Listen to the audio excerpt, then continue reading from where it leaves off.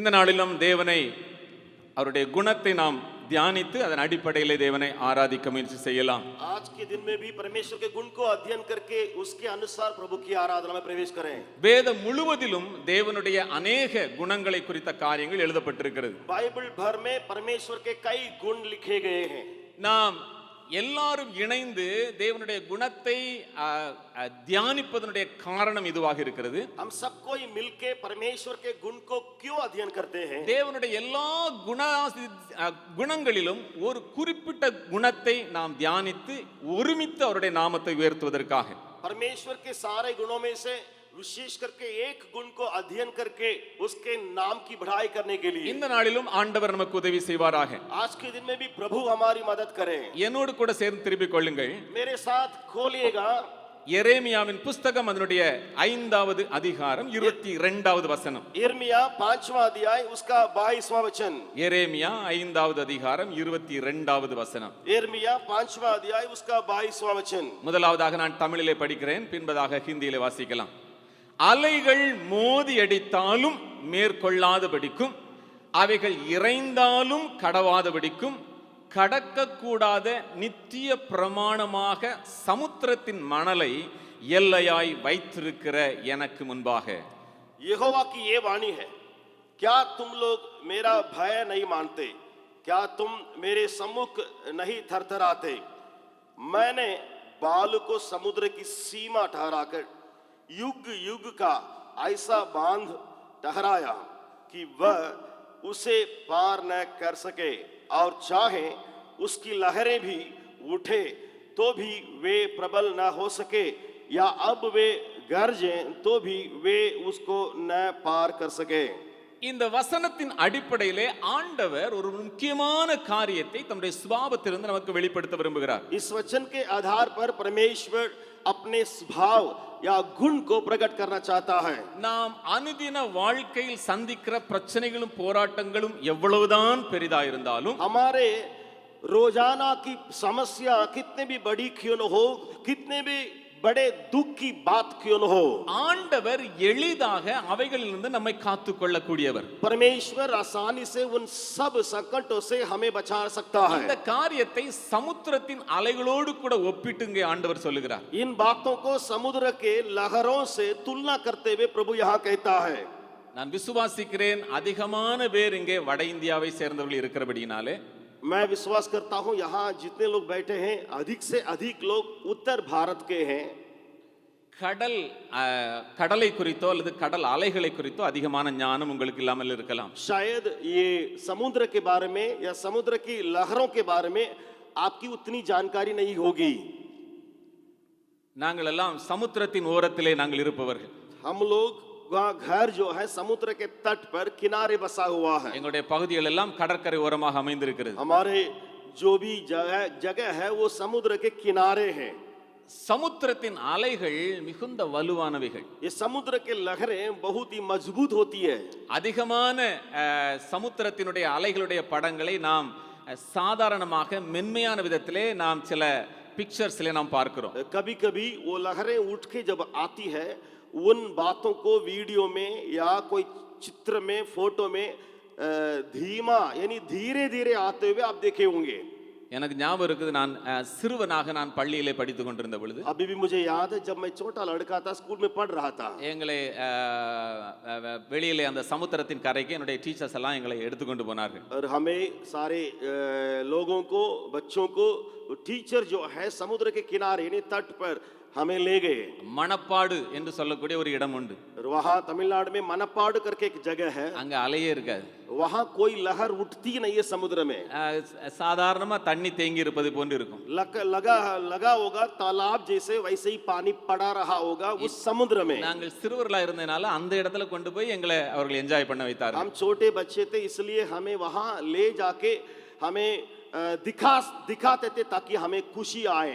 ஆனால் சமுத்திரத்தின் அலைகள் வலுவானவைகள், மிகவும் அவைகள் பெரியவைகளாய் இருக்கிறது. लेकिन आपको ये मालूम होना चाहिए समुद्र की लहरें इतना मजबूत होती है और बड़ी होती है. அப்படிப்பட்ட அலைகள் கடக்க கூடாதபடிக்கு ஆண்டவர் மணலை கரையாக வைத்திருக்கிறாராம். वो लहरें जो है पार नहीं करने के लिए प्रभु बाल को एक रुकावट जैसे बाड़ा जैसे बना दिया। நிறைய சிறியவர்களும் பெரியவர்களும் இந்த காரியத்தை அறியாதனால ஒரு சின்ன வீடியோ கிளிப்பை நான் முதலாவதாக போட விரும்புகிறேன். कई छोटे बच्चे या कुछ लोग जो है इस बात को नहीं जानते होंगे, इसलिए छोटा सा वीडियो क्लिप को मैं दिखाना चाहता हूँ। 1.5 நிமிடம் மாத்திரம் 1.5 मिनट का चलने वाली एक छोटा सा वीडियो क्लिप है। உங்களுக்கு கொஞ்சம் ஒரு ஐடியா கிடைக்கும். आपको उसके बारे में समझ में आएगा। ஓரளவு இதை புரிந்திருப்பீர்கள் நான் நம்புறேன். आपको जरूर कुछ समझ में आ गया होगा। இப்போ ஃப்ரீ டிக்கெட் கொடுத்து கப்பல்ல பிரயாணம் பண்றதுக்கு கூப்பிட்டா எத்தனை பேர் வருவீங்கன்னு தெரியல. अभी टिकट मुफ्त में कटवा के आपके लिए आप जहाज में यात्रा करने के लिए जाइए करके अगर बोला जाए तो जहाज में कितने लोग यात्री बन के जाएंगे? அவ்வளவு மிகவும் வலுமையான அலைகள் கடலிலே எழும்போது உண்டு. इतनी बड़ी मजबूती लहरें समुद्र में उठती है। அதனுடைய அலைகளுடைய அந்த பலன் மாத்திரமல்ல, அதனுடைய சத்தமே நம்மை மிகவும் பயமுறுத்தத்தக்கதா இருக்கும். ना केवल उसकी शक्ति हमें डरा सकती है, लेकिन उसकी आवाज जो गरजने की वो भी हमें डरा सकती है। கூட்டத்தோடு போய் கடற்கரையில் நின்று என்ஜாய் பண்ணும்போது நல்லா இருக்கும். समुद्र के किनारे खेल के कूद के और आनंद उठाना अच्छा लगता है। ஆனால் கடற்கரை ஓரத்திலே தனியாய் நின்று அதனுடைய சத்தத்தை கேட்கும் பொழுது மிகவும் பயமா இருக்கும். लेकिन लहरें जब आती है उसकी आवाज को सुनते हैं आपका दिल धक धक करेगा। இந்த அலைகள் எவ்வளவு பெரிய காரியத்தையும் அது உடைத்து போடத்தக்கதான வலிமை இடத்திலே உண்டு. ये लहरें के पास ऐसी शक्ति है, कितनी भी मजबूती बात को चीजों को ये तोड़ सकती है। ஆண்டவர் அவைகளுக்கு மணலை கரையாக வைத்து எல்லையை விட்டு வெளியே வராது என்று சொல்லி ஆண்டவர் அடக்கி வைத்திருக்கிறார். लेकिन प्रभु ने एक काम किया, उन लहरों के लिए सीमा के रूप में बाल को बना के रख दिया। சீசருடைய வாழ்க்கையை நாம் பார்க்கும் பொழுது चेलों को दी जीवन में देखती है। இயேசுவானவர் உடன் இருந்த போதிலும் அவர்களுக்கு இந்த அலையை குறித்த பயம் இருந்தது. இயேசுவானவர் தூரமாக இருந்த போதிலும் இந்த அலைகளை குறித்த பயம் இருந்தது. यीशु जब साथ थे तो भी लहरों से चेले डरते थे, यीशु जब दूर में थे तभी वो डरते थे। அவர்கள் எல்லாரும் கடலிலே அதிகமாய் பழக்கப்பட்டவர்கள். वे सब उस समुद्र की बातों को अच्छी तरह अनुभव लिए हुए लोग थे। அப்படிப்பட்டவர்களை கூட இந்த அலைகள் பயமுறுத்தத்தக்கதாய் எழும்பக்கூடும். ऐसे अनुभव पाने वाले लोगों को भी ये लहरें डरा सकती है। ஆண்டவர் அப்படிப்பட்ட அலைகளை எல்லைக்கு மேலே கடக்க முடியாதபடிக்கு கரையை அமைக்கிற ஆண்டவர். लेकिन ऐसा हमारा परमेश्वर है कि उन लहरों के लिए भी सीमा के रूप में, ताकि वो पार न कर सके, बनाने वाला। இன்றைக்கு இந்த கால வேளையிலே நீங்களும் நானும் ஆராதிக்கிற ஆண்டவர் கரை கடக்க கூடாதபடிக்கு அலைகளை அடக்கி போடுகிறவர். आज हमारा परमेश्वर ऐसा है कि ऐसा लहरों को जीवन में रोक के रखने वाला है, ताकि वो सीमा को पार न कर सके। அது மிகவும் வலிமை நிறைந்தது. वो शक्तिशाली है। அதனுடைய சத்தம் மிகவும் பயங்கரமானது. गरजने की आवाज भयंकर है। மூன்றாவது ஒரு காரியத்தை பார்க்க முடியும், தொடர்ச்சியாக வந்து கொண்டிருப்பது. लगा एक और बात को, तीसरी बात को देख सकते हैं, वो लहरें रुकती नहीं है, बार बार फिर से आती रहती है। இன்றைக்கு காலை வேளையிலே ஒருவேளை உங்களுடைய நிலைமை எப்படியாக இருக்கலாம்? सुबह के घड़ी में आपकी हालात ऐसे शायद हो सकता है। உங்களுடைய சக்திக்கும் உங்களுடைய பலத்துக்கும் மிஞ்சின நிலைமையிலே போராட்டங்கள் எழும்பி சூழ்ந்திருக்கக்கூடிய சூழ்நிலையிலே நீங்கள் வந்திருக்கலாம். सोचते होंगे मेरे सीमा से बाहर, सगने से बाहर, शक्ति से, बल से बाहर ऐसे संघर्ष मेरे जीवन में है। அந்த போராட்டம் அல்லது அந்த பிரச்சனைகள் உங்களுக்குள்ளே தேவையில்லாத காரியங்களை அல்லது பயமுறுத்தும் காரியங்களை, எதிர்காலத்தின் காரியங்களை கொடுத்து கொண்டே இருக்கலாம். ये संघर्ष जो है आपके जीवन में भविष्य के बारे में डर या कुछ चिंताएं आपके जीवन में पैदा करता होगा। அதோடு கூட தொடர்ச்சியாக திரும்ப திரும்ப திரும்ப திரும்ப இப்படிப்பட்ட போராட்டங்களின் மத்தியிலே இருக்கிறவர்களாக நீங்கள் வந்திருக்கலாம். या बार बार लहर जैसे जो आती है, वैसा ही दुख संकट बार बार आपके जीवन में आती रहती होगी। ஒரு பிரச்சனை முடிஞ்ச மாதிரி இருக்குது, அடுத்த பிரச்சனை வருது. लगता है एक समस्या अभी अंत हुआ, फिर दोबारा दूसरी उठ गई। கொஞ்சம் அமைதியானது மாதிரி இருக்குது, அடுத்த பிரச்சனை வருது. अभी शांत लग रहा है, फिर एक दूसरा संकट आ गया। கொஞ்சம் சுகமா இருக்கிற மாதிரி இருக்குது, மறுபடி பலவீனம். थोड़ा से आराम है, फिर से कमजोरियां। கொஞ்சம் ஸ்டேபிளா இருந்த மாதிரி இருக்குது, மறுபடியும் பொருளாதார பிரச்சனை. थोड़ा सा दिक्कत है, फिर आर्थिक समस्याएं हैं। முடிவில்லாத முடியாத பிரச்சனைகளின் மையத்திலே ஒருவேளை இந்த கால வேளையிலே நீங்கள் காணப்படலாம். ऐसा समय पर आप आए होंगे जहां समस्या की अंत कभी नहीं हो இன்றைக்கு रहा। ஆண்டவர் உங்களையும் என்னையும் பார்த்து ஆண்டவர் இதை சொல்ல விரும்புகிறார். आज आपको और मुझको देख के परमेश्वर ये कहना चाहता है, அவைகள் எல்லை விட்டு கடவாதபடிக்கு உன்னோடு கூட இருந்து காக்கிற ஆண்டவராய் நான் இருக்கிறேன். मैं उन लहरों को रोकने वाला हूं ताकि वह उस सीमा से पार न कर सके। அப்படிப்பட்ட அலைகளை எளிதாய் நான் அடக்கி போடுகிற அல்லது ஆளுகை செய்கிற ஆண்டவராக இருக்கிறேன். प्रभु कहता है उन लहरों के ऊपर राज्य करने वाला, प्रभुता करने वाला ईश्वर मैं हूं। இந்த காரியங்களை நான் தியானித்த பொழுது எனக்கு கோலியாத்தினுடைய ஞாபகம் வந்தது. इसको जब अध्ययन कर रहा था गोलियात की याद मुझे आई। 1 சாமுவேல் அதனுடைய 17வது அதிகாரத்தை நாம் திருப்புவோமேயானால் पहला सामुवेल उसका 17वां अध्याय को अगर आप खोलेंगे, கோலியாத்தினுடைய காரியங்கள் அநேகமாக இதோடு கூட நாம் இணைத்து தியானித்து நாம் அறிந்து கொள்ளத்தக்கதான விதத்திலே காணப்படுகிறது. गोलियत की बातें इन घटना के साथ तुलना करने योग्य है।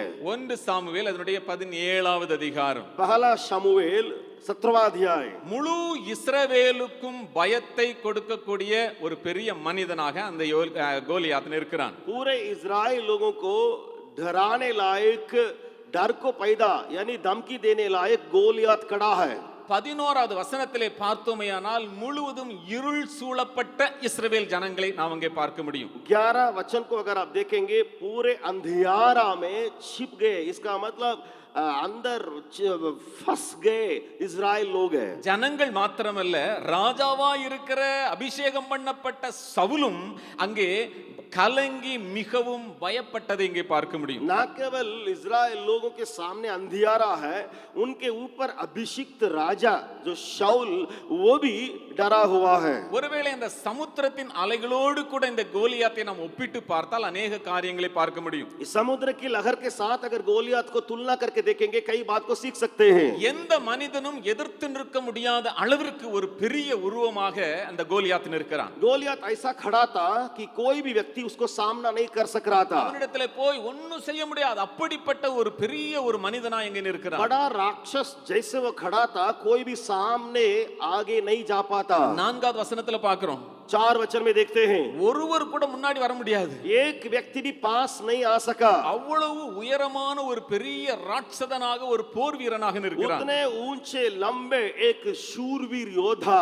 அதற்கு பிற்பாடு உள்ள வசனங்களை பார்த்தோமேயானால் उसके बाद के वचनों को देखिएगा, அவனிடத்திலே காணப்பட்ட வல்லமையின் காரியங்கள் எழுதப்பட்டிருக்கிறது. उसके सामर्थ भरी चीजें लिखी गई है। அவனிடத்திலே இருக்கிறதான ஆயுதங்கள், தற்காப்பு கவசங்கள் இவைகளை குறித்து எழுதப்பட்டிருக்கிறது. उसके हथियार और उसने जो जो पहना था उसके बारे में वर्णन है। என்னென்ன காரியங்களை எல்லாம் அவன் உள்ளே வைத்திருக்கிறான் என்ப காரியம் அங்கே எழுதப்பட்டிருக்கிறது. किन किन बातों को वो अपने शरीर में रखा था उन सारी बातें वर्णन है। எனவே அதோடு கூட தன்னுடைய வாயின் வார்த்தைகளினாலே கலங்க பண்ணுகிறான். और साथ ही साथ वो अपने मुंह की बोली से लोगों को धमकी दे रहा था। அவன் சொல்லுகிறான், யாராவது ஒருத்தர் எனக்கு முன்பதாக வர சொல்லுங்க. वो ऐसे उंगली दिखाता था कि कहता था कोई एक जन मेरे सामने आओ। அதனுடைய அர்த்தம் என்னன்னா, ஒருவரும் எனக்கு முன்பதாக வர முடியாது. इसका अर्थ ये हुआ कि एक व्यक्ति भी मेरे सामने नहीं आ पाएगा। அது மாத்திரம் இல்ல, ऐसी बात भी नहीं, அலைகளை போலவே தொடர்ச்சியாய் வந்து கொண்டிருக்கிறான். लहरें जैसे बार बार आता रहता है। 10வது வசனம் அதனுடைய கடைசி வரியில எழுதப்பட்டிருக்கிறது, என்று சொல்லிக் கொண்டு வருவான். ஒவ்வொரு நாளும் சொல்லிக் கொண்டு வருகிற 16வது வசனத்துல பார்க்கிறோம், 40 நாள் காலையிலும் மாலையிலும் எதையே செய்து கொண்டிருக்கிற ஒரு சூழ்நிலை. 10वां वचन में वो फिर दूसरे बार लड़ने के लिए आता है। फिर 16वां वचन में देखते हैं 40 दिन तक सवेरे और सांझ का निकट आ जाकर खड़ा हो गया। முடிவில்லாத ஒரு சூழல், इसका लहरें की कोई अंत नहीं, அல்லது இந்த பிரச்சனைகளுக்கு ஒரு முடிவில்லாத ஒரு காரியம் அங்கே காணப்படுகிறது. समस्याओं के लिए कोई अंत नहीं। யாரும் போய் பேச முடியவில்லை, कोई भी उससे बातचीत नहीं कर सक रहा, யாரும் போய் நிற்க முடியவில்லை. कोई सामना खड़ा नहीं हो पाता। உலக பிரகாரம் அவங்க பார்த்தோமேயானால் யாரும் அவனோடு கூட எதிர்த்து சண்டையிட்டு அவனை ஜெயிக்க முடியாத ஒரு சூழ்நிலை. अगर संसार की दृष्टिकोण से देखेंगे कोई भी उससे लड़के जीतने वाला नहीं रहा। அப்படிப்பட்ட சூழலிலே மிகவும் கலக்கம் நிறைந்த ஒரு சூழலிலே சவுலும் அந்த ஜனங்களும் காணப்படுகிறார்கள். इस प्रकार का घबराहट से भरी परिस्थिति में शाऊल और उसके लोग थे.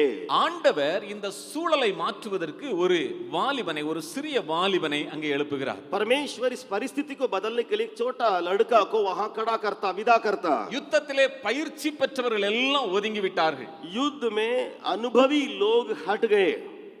அவர்கள் யாரும் முன்னாடி நிற்க முடியல. कोई भी युद्ध करने वाला खड़ा नहीं हो पाया.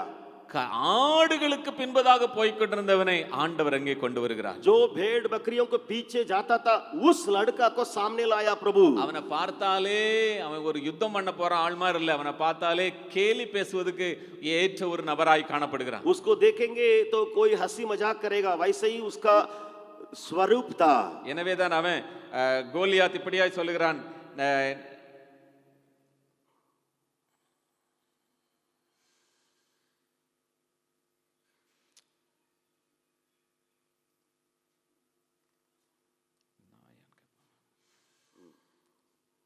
அவன் சொல்லுகிறான், நீ என்னை நான் என்ன நாயா என்று அவன் சொல்லக்கூடிய அளவிற்கு அவன் கிண்டல் பேசுகிறான். ऐसे हंसी मजाक करता है गोलियत, क्या तुम मेरे पास लाठी लेके आए हो, मैं क्या कुत्ता हूं? அப்படி மிகவும் சாதாரணமா எண்ணக்கூடிய ஒரு நிலையிலே அங்கே அந்த தாவீது காணப்படுகிறான். इस प्रकार का नीच विचार और लोग रखने लायक दाऊद की स्थिति थी.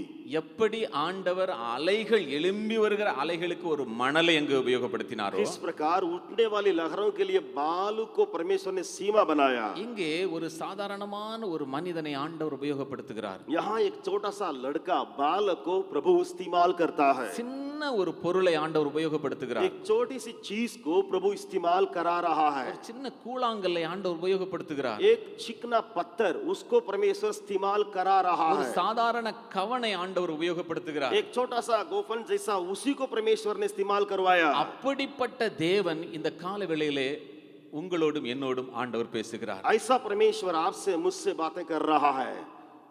இந்த தாவீது சில காரியங்களிலே அவன் உறுதியா இருந்தான். ये दाऊद कुछ बातों में अटल रहा. இன்றைக்கு நீங்களும் நானும் சந்திக்கிற பிரச்சனைகள் பெரிய அலைகளாக இருக்கலாம். शायद आपकी और मेरी लहरें या समस्याएं बड़ी हो सकती है. தொடர்ச்சியாக வந்து கொண்டே இருக்கிற காரியமாக இருக்கலாம். लगातार आने वाली बातें क्यों न हो. அவைகள் ஒருவேளை நமக்கு சொல்லலாம் இதுக்கு முடிவே கிடையாது. वो बातें कहती होंगी हमारे सामने, இன்றைக்கு कोई अंत नहीं रहेगा. இந்த அபிஷேகிக்கப்பட்ட இந்த தாவீது ஒரு 3 காரியங்களை மனதிலே கொண்டிருந்தான். ये अभिषेक दाऊद 3 बातों को अपने मन में रखा था. 37வது வசனத்தை ஒருவேளை பார்ப்போமேயானால் 37 वचन को अगर आप देखेंगे, அவனுக்குள்ள ஒரு பெரிய அசைக்க முடியாத ஒரு எண்ணம் இருந்துச்சு. उसके जीवन में एक ऐसा अटल बात रही. என் ஆண்டவருடைய கண்களுக்கு முன்பதாக मेरे परमेश्वर के आंखों के सामने நான் விளையாடி மகிழ்கிற அலையும் ஒண்ணுதான், எழும்பி வருகிற 100 அடி உயரமான அலையும் ஒண்ணுதான். जो खेल कूद के आने वाली छोटी सी लहर भी एक ही है और उठ के 100 फुट से उठने वाली लहर भी मेरे परमेश्वर के सामने एक समान है. அவனுக்குள்ள ஒரு பெரிய உறுதியான எண்ணம் இருந்துச்சு. उसके अंदर एक अटल बात रही. கடற்கரையில போய் விளையாடும் போது சாதாரணமான அலைகள் வரும். समुद्र के किनारे खेलेंगे तो साधारण ढंग से तो लहर आती है. அந்த அலையும் கப்பலையே மூழ்கடிக்கத்தக்கதான பெரிய அலையும் என் ஆண்டவருக்கு ஒண்ணுதான். वो भी और बड़ा जहाज को डुबाने वाली लहर वो भी प्रभु के सामने एक समान है.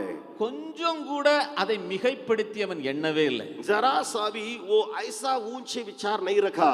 கொஞ்சம் கூட அதை பெரிதா எண்ணி அவன் கோலியாத்தை பெருசா அவன் எண்ணவே இல்லை. गोलियत इतना बड़ा क्या करूं, ऐसे दाऊद ने कभी नहीं सोचा. அங்கே நாம் 37வது வசனத்தை வாசிக்கலாம்.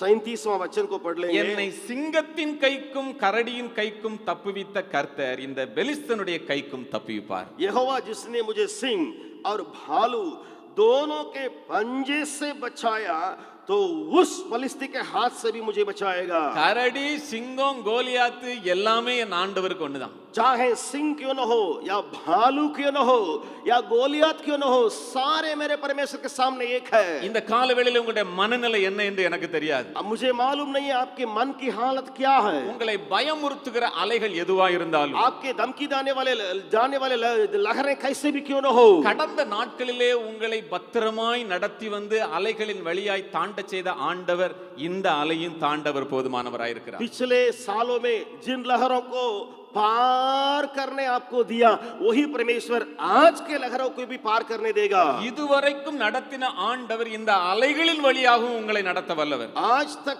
चलाए हुए परमेश्वर इन लहरों के बीच में भी आपको होने देगा। நாம் எண்ண வேண்டியதெல்லாம் ஒரே காரியம் தான். लेकिन मेरे विचार में एक ही बात है, என் ஆண்டவருக்கு சின்ன பிரச்சனை பெரிய பிரச்சனைன்னு மேட்டரே இல்லை. मेरा परमेश्वर के सामने छोटी समस्या बड़ी समस्या है ही नहीं। என்னுடைய ஆண்டவருக்கு சின்ன தேவை பெரிய தேவைங்கிறதுக்கு मेरा காரணமே இல்லை. परमेश्वर के सामने छोटा जरूरत है बड़ा जरूरत है नहीं है। என் சர்வ வல்லமையுள்ள ஆண்டவருக்கு எல்லாமே ஒண்ணுதான். सर्व सामर्थी परमेश्वर के सामने सब कुछ एक समान है। இந்த தாவீதுக்குள்ள இந்த எண்ணம் மிக மிக தெளிவாக உறுதியா இருந்தது. ये दाऊद इस बात पर अटल रहा। அதோடு கூட 45வது வசனத்திலே பார்த்தோமேனால் தேவன் மேலே அவனுக்கு பூரணமான ஒரு நம்பிக்கையும் விசுவாசம் இருந்துச்சு. 45वां वचन को देखिएगा, 45 में परमेश्वर के ऊपर एक ऐसा लिपटा हुआ विश्वास रहा। அவன் தன்னுடைய அனுபவத்தை சார்ந்து கொள்ளவில்லை. वो अपना अनुभव के ऊपर खड़ा नहीं रहा, இந்த உலக பிரகாரமான யுக்தியை அவன் சார்ந்து கொள்ளவில்லை. या सांसारिक तौर तरीका को अपनाया नहीं। கையிலே அவன் அதிகமாய் பயன்படுத்துகிற சாதனங்கள் இருந்த போதிலும் அவனுடைய நம்பிக்கையும் கண்களும் தேவன் மேல் வைக்கப்பட்டது. जरूर हाथ में कुछ लाठी या हाथ में कुछ पत्थर था, तो लेकिन उसका पूरा पूरा भरोसा उस स्वर्गीय ईश्वर के ऊपर रहा। இன்றைக்கு நமக்கு முன்பதாக இருக்கிற அலைகளை நாம் தாண்டுவதற்கு தேவன் மேலே நம்முடைய நம்பிக்கை வைப்பதற்கு நாம் ஒப்புக் கொடுக்கலாம். अगर आप किसी लहरों को पार करने के लिए चाहते हैं, आपका भरोसा विश्वास को उसके ऊपर रखिए। இதைத்தான் ஆண்டவர் முன்பதாகவே இந்த வருடத்தை ஆரம்பிப்பதற்கு முன்பதாக நம்மோடு கூட பேசினார். इसलिए साल के शुरू में ही परमेश्वर ने हमसे बर्ताव किया। விடியற் காலம் வருகிறது, अंधகாரம் இருளும் வருகிறது. भोर आता है लेकिन साथ ही साथ रात भी आने वाली है। ஆனால் நம்முடைய விசுவாசமே உலகத்தை ஜெயிக்கிற ஜெயம். लेकिन हमारा विश्वास ही संसार के ऊपर विजय प्राप्त करवाने वाला है। இப்படிப்பட்ட சூழ்நிலைகளில் நம்முடைய விசுவாச கப்பல் சேதமாகாதபடி ஆண்டவர் நமக்கு உதவி செய்வாராக. ऐसी हालात में हमारे विश्वास की जहाज न टूटे। தாவீதுக்குள்ளே அப்படிப்பட்ட ஒரு பெரிய நம்பிக்கை இருந்தது. दाऊद के अंदर उतने बड़े विश्वास रहा, என் தேவன் என்னோடு கூட இருக்கிறாரு. मेरा प्रभु मेरे संग है। இதுவரை நடத்தின ஆண்டவர் இன்னும் என்ன நடத்துவாரு. अब तक जिस परमेश्वर ने संभाला आगे संभालेगा। இதுவரை என்ன கைவிடாத ஆண்டவர் இனி என்ன கைவிட மாட்டாரு. अब तक जिसने नहीं छोड़ा आगे तक नहीं छोड़ेगा। இதுவரை என்ன வெட்கப்படுத்தாத ஆண்டவர் இனி என்னை வெட்கப்படுத்த மாட்டாரு. अब तक लज्जित नहीं कराया आगे कभी नहीं कराएगा। அந்த ஆண்டவரை ஆராதிக்க நாம் வந்திருக்கிறோம். उस परमेश्वर की आराधना करने के लिए आए அதோடு हैं। கூட அவனுடைய வாழ்க்கையிலே அவன் விசுவாசித்தது மாத்திரமல்ல, விசுவாசத்துக்கு ஏற்ற வார்த்தைகளும் கிரியைகளும் காணப்பட்டது. न केवल विश्वास रखने वाला दाऊद रहा, लेकिन विश्वास के अनुसार क्रिया करने लगा। விசுவாசத்தை தன்னுடைய வார்த்தையினாலும் கிரியினாலும் வெளிப்படுத்துகிற தாவீதை பார்க்க முடியும். विश्वास को अपनी बोली और अपनी क्रियाओं के द्वारा उसने दिखाया। எழும்பு எழும்பு சீயோனே உன் வல்லமையை தரித்துக்கொள். उठ उठ हे सियोन, अपनी सामर्थ का धारण कर ले। நாம் பிரச்சனைகளின் மத்தியிலே மூழ்கி போவதற்காக அழைக்கப்பட்டவர்கள் அல்ல, பிரச்சனைகளை தாண்டி ஜெயத்தை பெறுவதற்காக அழைக்கப்பட்டவர்கள். हम समस्याओं में होके डूबने के लिए नहीं बुलाए गए हैं, लेकिन समस्याओं को पार करने के लिए बुलाए गए हैं। ஒருவேளை இந்த காலை வேளையிலே பிரச்சனைகளை தொடர்ச்சியாய் நீங்கள் எதிர்கொண்டபடியினாலே अनेक விதமான காரியங்களிலே நீங்கள் முடங்கி போயிருக்கலாம். शायद इस सुबह के घड़ी में लगातार समस्याओं के चलते कई बातों में आप सुखड़ गए होंगे। ஆண்டவர் இன்றைக்கு உற்சாகப்படுத்த விரும்புகிறார். आज परमेश्वर को तसल्ली दे, आपको उत्साह करना चाहता है। மறுபடியும் விசுவாசத்தோடு உன்னுடைய கால்களை எடுத்து வை. फिर से विश्वास का कदम उठा। ஒருவேளை குடும்ப பிரச்சனையா இருக்கலாம், शायद पारिवारिक समस्या क्यों न हो, பொருளாதார பிரச்சனையா இருக்கலாம், आर्थिक क्यों न हो, அல்லது தூரத்திலே இருக்கிற உறவினர்களோடு உள்ள காரியங்களா இருக்கலாம், या आपके परिजनों की बात क्यों न हो, அல்லது பெற்றோரோடு சம்பந்தப்பட்ட காரியங்களா या இருக்கலாம், माँ बाप की बात क्यों न हो, அல்லது இருக்கிற குழுவில் உள்ள காரியங்களா இருக்கலாம். या अपने दल के अंदर की बात क्यों न हो, இன்னைக்கு விசுவாசத்தோடு கூட காலடி எடுத்து வைக்க ஆண்டவர் நம்மை அழைக்கிறார். लेकिन विश्वास के सहित पैर रखने के लिए परमेश्वर बुला रहा है। எனவேதான் ஆண்டவர் சொல்லுகிறார், इसलिए प्रभु कहता है, பின் வாங்கி போவானேயானால் அவன் மேல் என் ஆத்துமா பிரியமாயிராது. जो मुझसे पीछे हट जाएगा उसके ऊपर मैं प्रसन्न नहीं होऊंगा। எபிரேயர்ல ஆண்டவர் சொல்லுகிறார், விசுவாசத்தினாலே நீதிமான் பிழைப்பான். इब्रानियों की पत्री में प्रभु कहता है, विश्वास के द्वारा धर्मी जन जीवित रहेगा। பின்வாங்கி போவானே ஆனால் அவன் மேலே என் ஆத்துமா लेकिन जो பிரியமாயிராது. पीछे मुड़ जाएगा उसका प्राण पर मैं प्रसन्न नहीं होऊंगा। நமக்கு முன்பதாக இருக்கிற அலை அது ஒரு அடி உயரமா இருந்தாலும் சரி 100 அடி உயரமா இருந்தாலும் சரி, हमारे सामने की लहर चाहे 1 फुट का क्यों न हो या 2 या 100 फुट की क्यों न हो, எளிதாய் நம்மை காத்து நடத்துவதற்கு ஆண்டவர் ஆயத்தமாக लेकिन இருக்கிறார். आसानी से हमारे हाथ धर के ले जाने के लिए हमारा परमेश्वर पर्याप्त है। ஒருவேளை உங்களுடைய தனிப்பட்ட வாழ்க்கையின் காரியங்கள் பெரிய அலைகளாய் இந்த காலவேளையில் எழும்பி நின்று உங்களை பயமுறுத்தலாம். क्या आपकी व्यक्तिगत जीवन की बातें समस्याएं हैं बड़ी लहर जैसे दिखाई पड़ती? நீங்களும் நானும் ஆராதிக்கிற நம் ஆண்டவர் இதுவரை யாரையுமே கைவிடல. जिस परमेश्वर की उपासना आप और हम करते हैं उसने अभी तक जिंदगी में किसी को नहीं छोड़ा, नहीं त्यागा। இதுவரைக்கும் யாரையுமே நம்ம ஆண்டவர் வெட்கப்படுத்தல. अब तक इतिहास में उस परमेश्वर ने किसी को त्यागा ஒரு नहीं। புதிய பலத்தோடு புதிய விசுவாசத்தோடு நாம் அவரை ஆராதிக்க उस போகிறோம். नया बल, नई ताकत, नए विश्वास के सहित उसकी उपासना करेंगे। ஒரே ஒரு சின்ன சம்பவத்தை நான் சொல்லி ஆராதனை நடத்த விரும்புகிறேன். एक छोटी सी घटना बता करके आराधना में ले जाऊंगा। பாஸ்டர் தாமஸ் என்கிறவர் சென்னையில் இருந்து வட இந்திய பகுதிகளை பார்வையிடுவதற்காக அவர் வந்தார். पास्टर तामस करके एक भाई चेन्नई से उत्तर भारत में देखने के लिए वो पास्टर जी आए। அவருக்குள்ள ஒரு பாரம், उनके अंदर बोझ था। என்னுடைய ஸ்கூட்டி மிகவும் சாதாரணமான ஒரு வண்டி ஸ்கூட்டி. அந்த ஸ்கூட்டியிலே நான் வட இந்திய பகுதிகளுக்கு போய் அந்த வண்டியிலே நான் பார்வையிட்டு நான் சென்னை திரும்பணும். उनका कहना यह था कि मैं स्कूटी, यानी उनके पास एक छोटी सी स्कूटी गाड़ी थी, उस स्कूटी में ही मैं जाऊंगा, सारे उत्तर भारत में मैं दौरा करूंगा और वहां की बातों को देखे लौटूंगा। ஜனவரி மாதத்தின் குளிர் ஆரம்ப நாட்களில் அவர் புறப்பட்டார். जनवरी महीना था, उस महीना का ठंड के समय में वे वहां चेन्नई से रवाना हुए। பாம்பே சென்றார். वे वहां से स्कूटी में बॉम्बे गए। பாம்பேலிருந்து பீகாரை கிராஸ் பண்ணி வெஸ்ட் பெங்கால் போவதற்காக ஆயத்தமானார். फिर बॉम्बे से बिहार आकर के पश्चिम बंगाल जाने के लिए वो तैयार हुए। திடீரென்று பீகாரை கிராஸ் பண்ணும் பொழுது அவர் பிளான் பண்ணாத ஒரு சூழ்நிலையிலே நம்முடைய கேம்பஸ்க்கு வந்தார்.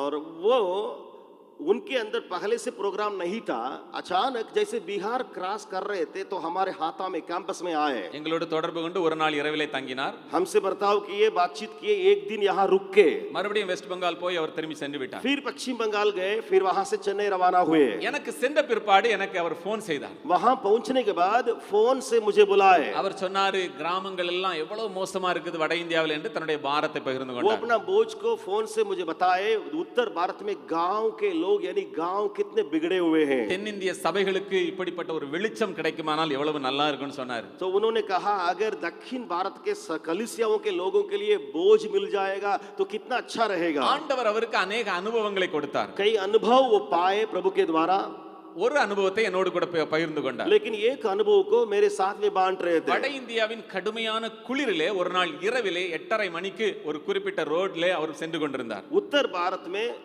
8:30 बजे रात में ठंड के समय एक रोड में वो गाड़ी में जा रहे थे। அவர் அந்த மெயின் ரோட்ல போய் கொண்டே இருக்கிறார். பின்புறமாக இருந்து ஒரு வாகனங்களும் அவரை கிராஸ் பண்ணவில்லை.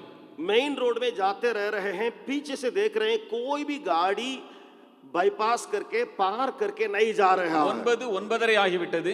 अभी 9 बज गया, 9:30 बज गया, कोई भी गाड़ी रोड पे नहीं आ रही है पीछे। அவர் யோசிக்க ஆரம்பித்தார், மிகவும் காட்டுப்பகுதியா இருக்குது, இது கண்டிப்பாக ஒரு முடிவில்லாத காட்டுப்பகுதியா இருக்கலாம், பல மணி நேரங்கள் நாம் இதிலே பிரயாணம் பண்ண வேண்டியதா இருக்கலாம். उन्होंने सोचा शायद ये जंगल के रोड में धर लिया हो, वो ऐसे 2-3 घंटा मुझे कहीं तो ले जाएगा करके वो थोड़ा सा सोचने लगे कि इसलिए गाड़ी नहीं है। நிச்சயமாக அது ஒரு பயங்கரமான காட்டுப்பகுதியா இருக்கிறபடினாலே அல்லது திருடர்களோ அல்லது மற்ற காரியங்களுக்காகவோ எந்த வாகனமும் அங்கே வரவில்லை. वो बात हकीकत थी, मतलब वास्तव में वो जंगल का रास्ता था, इसलिए सब कोई के अंदर जानकारी थी, कोई गाड़ी उस मार्ग में नहीं आया। இவர் ஒரு முடிவு செய்தார், उन्होंने निर्णय लिया நான் இருக்கிற இடத்திலே நான் இங்கே நின்று விடுவேன். जहां मैं अब तक आया हूं यहीं रुक जाऊंगा। எனவே தன்னுடைய வாகனத்தை நிறுத்தி அவர் கொஞ்சம் நெருப்பை மூட்டி குளிர் காயலாம் என்று முயற்சி செய்தார். इसलिए वहां गाड़ी को उन्होंने रोका, रोकने के बाद आग धराया, वो आग तापने के लिए वहां पे वे खड़े हो गए। கடுமையான குளிர் இரவிலே நிற்கிறார். மேட்ச் பாக்ஸ் அவர் இடத்துல இல்லை. और उनके पास मैचिस नहीं था ताकि कुछ लकड़ी जलाएं, वहां पे आग तापवाएं। கடுமையான குளிர், ठंडा तो ज्यादा, அவரால் தாங்கிக் கொள்ள முடியல. उससे सहा नहीं जा रहा, அவர் ஆண்டவரிடத்துல ஒரு ஜெபம் பண்ணாரு. लेकिन ये प्रभु से एक प्रार्थना उसने की। எத்தனையோ அனுபவங்கள், எத்தனையோ பாடுகள் என்னை நீங்க நடத்துனீங்க ஆண்டவரே. ये प्रभु कितने परेशानी या कितने संकट के द्वारा मुझे अभी तक तूने चलाया, ஒரு வண்டி என்னால பார்க்க முடியல, लेकिन इस रोड पर एक ही गाड़ी को मैंने नहीं देखा। ஒரு மேட்ச் பாக்ஸ் வாங்கலாம்னா ஒரு வண்டியும் கிராஸ் பண்ணல, एक अगर मैचिस चाहिए किसी से मंगवाए तो भी एक गाड़ी वाला नहीं जा रहा। எனக்காக ஒரே ஒரு வண்டி அனுப்புங்க ஆண்டவரே. उन्होंने कहा प्रार्थना में मेरे लिए एक गाड़ी को आप विदा कीजिए। என்ன கைவிட மாட்டீங்கன்னு எனக்கு தெரியும், मुझे मालूम है आप मेरे हाथ नहीं छोड़ेगा। என்னுடைய பிரச்சனை எனக்கு முன்பதா இருக்குது ரொம்ப பெருசுன்னு எனக்கு தெரியும். मुझे मालूम है ये समस्या मेरे सामने सबसे बड़ी है। அவர் இதை ஜெபித்து கொஞ்ச நேரத்துல प्रार्थना अंत करने के बाद तुरंत ஒரு பெரிய லாரி அந்த வழியாக அங்க இருந்து வருகிற சத்தம் கேட்டுச்சு. एक बहुत बड़ा ट्रक वहां से आते हुए आवाज दिया। நடு காட்டுல நிக்கிறதுனால अभी बीच जंगल रोड पर ये खड़े हैं। அவர் கையை காட்டினாரு, ஆனா அந்த வண்டி வேகமாக அவரை சட்டை செய்யாம கிராஸ் பண்ணிச்சு. एक व्यक्ति खड़ा है, हाथ दे दिया, लेकिन वो रुका नहीं, एकदम वो चलता गया ट्रक वाले। இவரை கிராஸ் பண்ணி கரெக்டா 100 அடியில சடன் பிரேக் போட்டு அந்த வண்டி நிக்குது. ये 100 फुट दूर वहां ट्रक गया, एकदम ब्रेक मारा ड्राइवर, वहां गाड़ी को रोकाया। இவர் உடனே தன்னுடைய ஸ்கூட்டி எடுத்துட்டு போறாரு. तो यहाँ से स्कूटी लेके भाई वहां गए। அங்க போய் பார்த்தா முன் டயர் வந்து பஞ்சர் ஆகி விட்டது. वहां देखेंगे तो 3 टायर पंचर हो गया। அந்த பாஸ்டர் சொல்றாரு, பின் டயர்ல பஞ்சர் ஆயிருந்தா கூட அப்படியே சமாளிச்சு போயிருப்பாங்க, ஆனா ஆண்டவர் முன் டயரை பஞ்சர் ஆக்கிட்டாரு.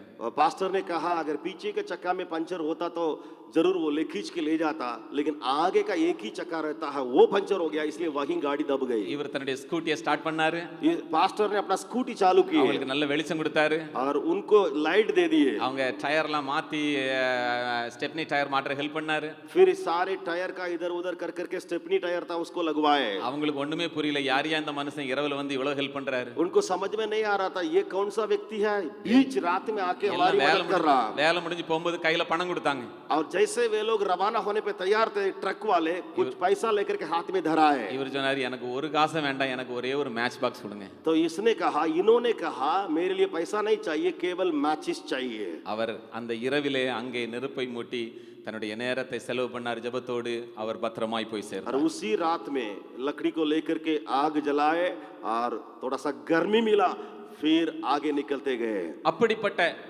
ஆண்டவரை நீங்களும் நானும் ஆராதிக்கிறோம். ऐसा प्रभु को आराधना आप और हम करते हैं। எனவே நாம் விசுவாசத்தோடு கூட நாம் எல்லாரும் எழுந்து நின்று